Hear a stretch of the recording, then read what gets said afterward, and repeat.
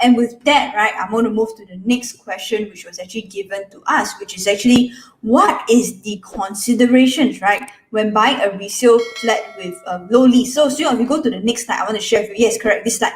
I want to share with you the question, right, that this particular reader sent to me. So basically, he was like, "Okay, so of course, thank you for our previous session. I'm glad to hear that there's going to be a new session as well." So he wants to know, right, actually, will based on what we share, right, on the HDB lease decay, which we talked about very briefly, does it mean that, all of us who own HDB have to actually move house, right, like every 10 years or so, just to prevent the lease of our current home from decaying? Because come to think of it, it's not actually very sustainable, right, to keep moving homes just to prevent your HDB units from decaying. So, Sue, I would really love to hear from you on your views, right, on both of what an individual can do as well as what we can do as a country in order to address this specific trend. So, Swee, take it away.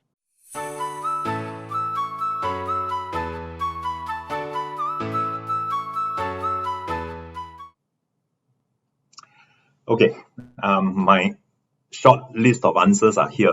Every family will have different needs, and we shouldn't be just trying to move from one property to another because of the lease decay. Every property, old or new, has got a utility value because we need to use it. So there is a value for using it. And even very old resale flats will still have a utility value that is finance-wise. You can always estimate its value based on the long-term cash flow of comparable rentals in that neighborhood. So there is always some value. But first, let's consider how we can take care of our family's accommodation needs. What stage of life are you in? Children are growing up and going where to study? Children have already grown up and are they moving out because they are getting married and starting their own families? Next, purchase what we can afford rather than purchase what we would like to have, and don't stretch our finances. If you're not stretching your finances, it means that you are clearly evaluating the property's value for what it is worth for comfortable accommodation. Most importantly, family must feel comfortable and be happily housed. Transportation, going to and from work, environment must be what you need to bring up the family. Other than that, rental is always an option. And when you rent, you are saving on stamp duties, you are saving on maintenance and property tax, and your CPF is growing when you are renting. Of course, for those whose careers are off to a good start and they are receiving every 2 or 3 years, either the husband or the wife is receiving, say, a $50,000 bonus for a job that is well done, then if you have invested well, perhaps you would have moved on to a freehold property after your second move. Otherwise, in fact, if this situation persists based on the question, we are actually passing a hot potato from one person to another. Who is the one who wants to hold that last piece of the hot potato? It is like musical chairs, right? Yeah, it's like the house going to the lease getting older and older, then faster pass to someone else. Correct? That's what you mean, right? Basically. Exactly. So I have prepared and I've written this about 5 years ago. It is sometimes better to rent than to buy. There's no particularly lawa sort of very hao-lian for you to be able to own a property if you are stretching your finances and if both husband and wife are always so fearful of losing their income, right? Stamp duties, especially for private property, stamp duties are more than 1 year of rental. And when you rent, the down payment is very low for rental down payment. The rest of your cash that is not used for property purchase, you can actually invest early. And your investments should be able to, if you invest wisely, don't go buy a healing stone or don't go attend some of those famous causes. If you invest wisely, you should be able to grow your wealth faster than investing in real estate. CPF interest is always earned when you are renting, and you are not paying interest expenses to the bank, and interest rates, while they are low today, interest rates can only go up from today. I mean, people who say, oh, interest rates are low now, I want to buy a property. These are the same people who be buying a car when oil prices are down. Cannot be, right? When petrol prices are down to $1.20, you'll be buying yourself a Mercedes just to enjoy the cheap petrol? No way. So renting also helps the family plan the careers as well as help plan the options for the children.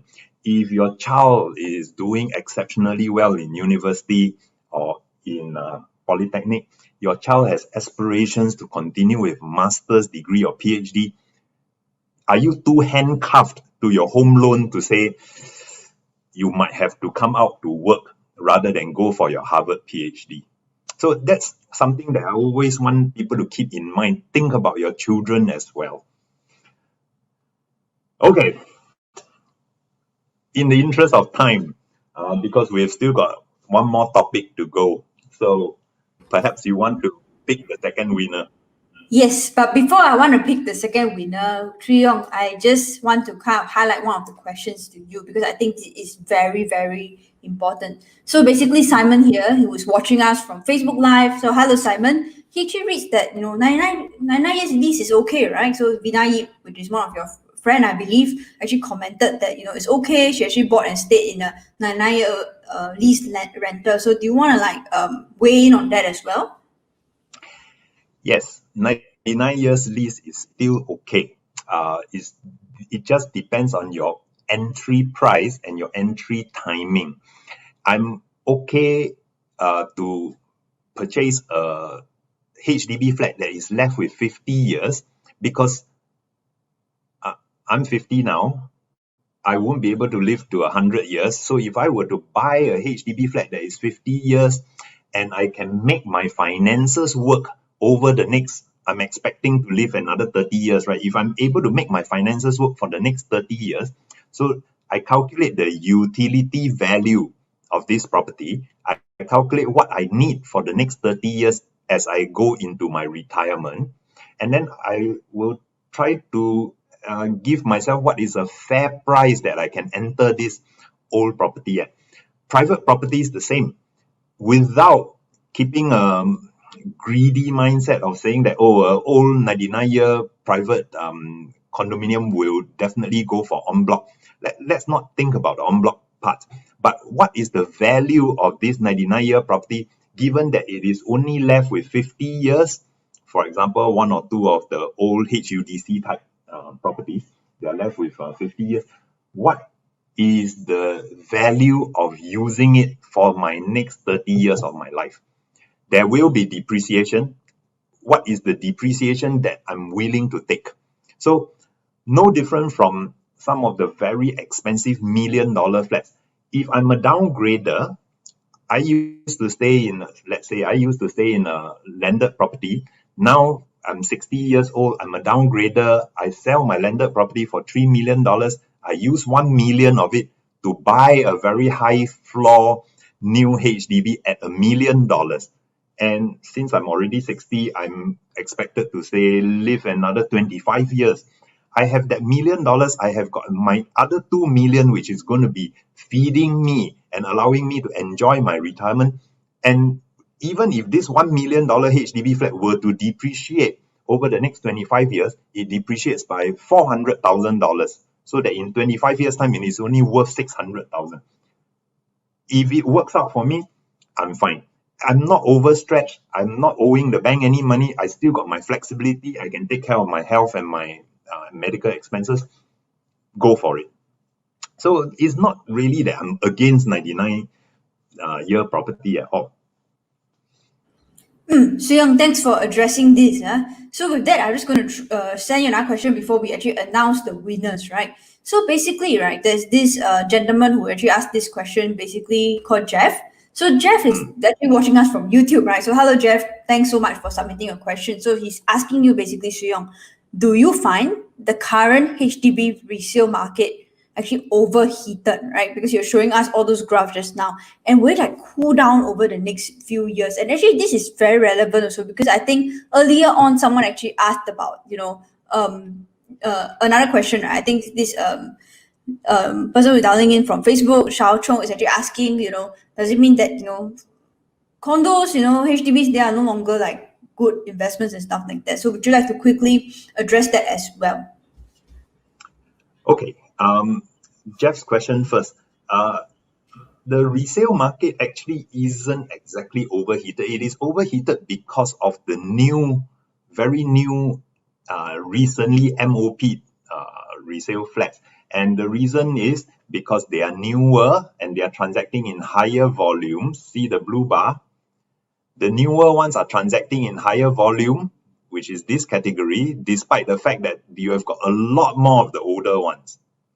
Okay, and newer flats tend to be taller because whatever we have been building in the last 10 years are generally 40 stories and above. Singapore is an island mainly resting on granite. And for us to build 40 stories in most parts of Singapore, the ground and the foundation works is not too expensive to do. So resale flats are still not doing too well if you are going for this category that is before year 2000. And I can highlight you examples such as Bukit Panjang, Choa Chu Kang North especially, some of the early batches of HDB flats in Sengkang and Punggol, those that were built and completed around the year 2000. Remember the original Punggol 21 vision? Those flats are actually quite frequently, we do hear of owners who bought, say, 5 years ago and are today selling at a small loss. It is not a cash negative sale. In fact, they bought at 500 and today they are selling at 480 or 470,000. And these flats are about 20 to 30 years old. So resale actually isn't doing that well, except that the resale HDB flats, except that there are the $1 million ones, the freshly MOP'd ones, 4-bedroom in Dawson, 4-bedroom in Commonwealth, or even in Kallang district has got some new ones around Mountbatten, newer ones. Those are still pushing up the index. As for private, as for whether properties or other alternative investments, I would actually encourage more people to invest into businesses to run for getting a secondary income. We used to be a society of entrepreneurs, but since the 60s and 70s, when we have got this major wave of Jurong Town Corporation sort of investments, we wanted MNCs. And since then, from the 70s onwards, all of us are studying in order that we can be a coolie. It is very odd why we want to takong for other people. In the past, people want to study in order to be a tauke. Today, we want to study in order to go out and beg for a job. That doesn't give you retirement security at all. Invest excess money into businesses, or if you still do not like that, then invest into stock market, invest into alternatives such as art, wine. They are very successful young millennials who are investing in sneakers. So there are other forms which require you to do a little bit more hard work, but I'm sure would be paying you good dividends. Definitely, I'm just going to weigh in on this, guys. If you're following me for quite a while, you realize that although I'm a millennial and I don't really do property investing, that's why we have Yong on this call, right? What I found really, really useful was actually investing in the stock market, right? Because although I'm not an entrepreneur, through investing in the stock market, actually I get to hold certain kind of businesses as well. So if you're interested to actually pick up, investing in stocks, I have a video for you, and I just pasted it in the Facebook chat, in the YouTube chat. You can actually go to this recent YouTube video that I made to learn about investing in stocks and some basic principles. But of course, before you do so, remember to actually invest in a proper course before we do that. Okay, so with